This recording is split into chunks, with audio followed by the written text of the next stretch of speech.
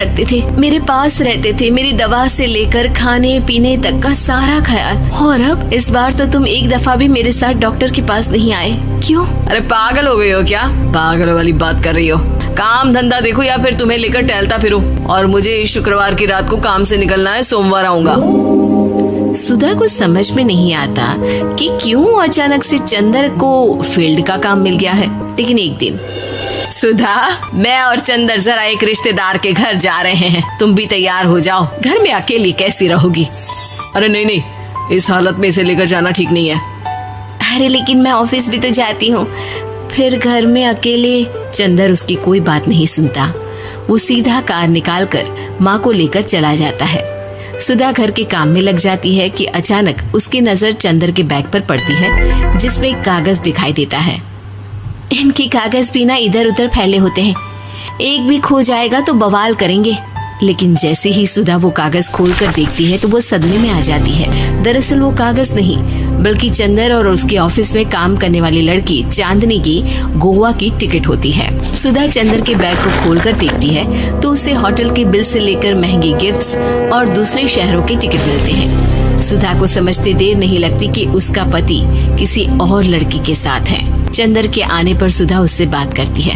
अरे नहीं नहीं, ऐसा कुछ नहीं है, तुमको गलत फहमी हो गई है। लेकिन जब सुधा के सवाल तीखे हो जाते हैं तो चंदर को अपनी गलती माननी पड़ती है और वो सुधा से माफी मांग लेता है। सुधा फैसला कर लेती है कि वो चंदर को छोड़ देगी। बच्चे और सामान को लेकर वो घर से निकल ही रही होती है कि सास उसे रोकती है।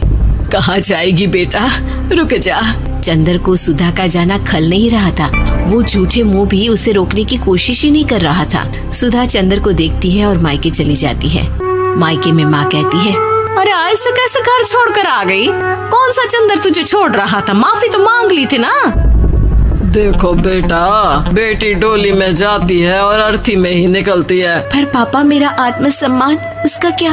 आपने मुझे पढ़ाया लिखाया है, इस लायक बनाया कि मैं खुद का खर्चा उठा सकूं, बेटी को पढ़ा सकूं, एक अच्छा जीवन पाऊं।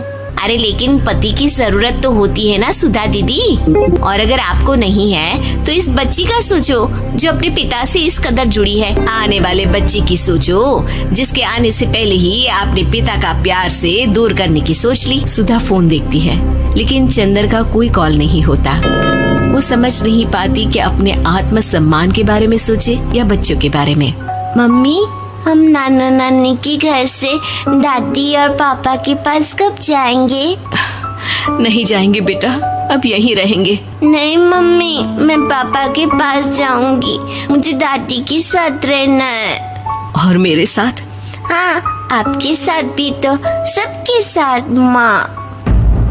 देखो सुधा दीदी, आपके सर पर पिता का साया होना जरूरी होता है। अपने घमंड के लिए पिता और बेटी को अलग मत करो। सुधा अब सामान उठाकर अपने ससुराल जाने लगती है, लेकिन मन में सवाल रह जाता है कि जिसे दुनिया घमंड समझ रही है वो उसका आत्मसम्मान था।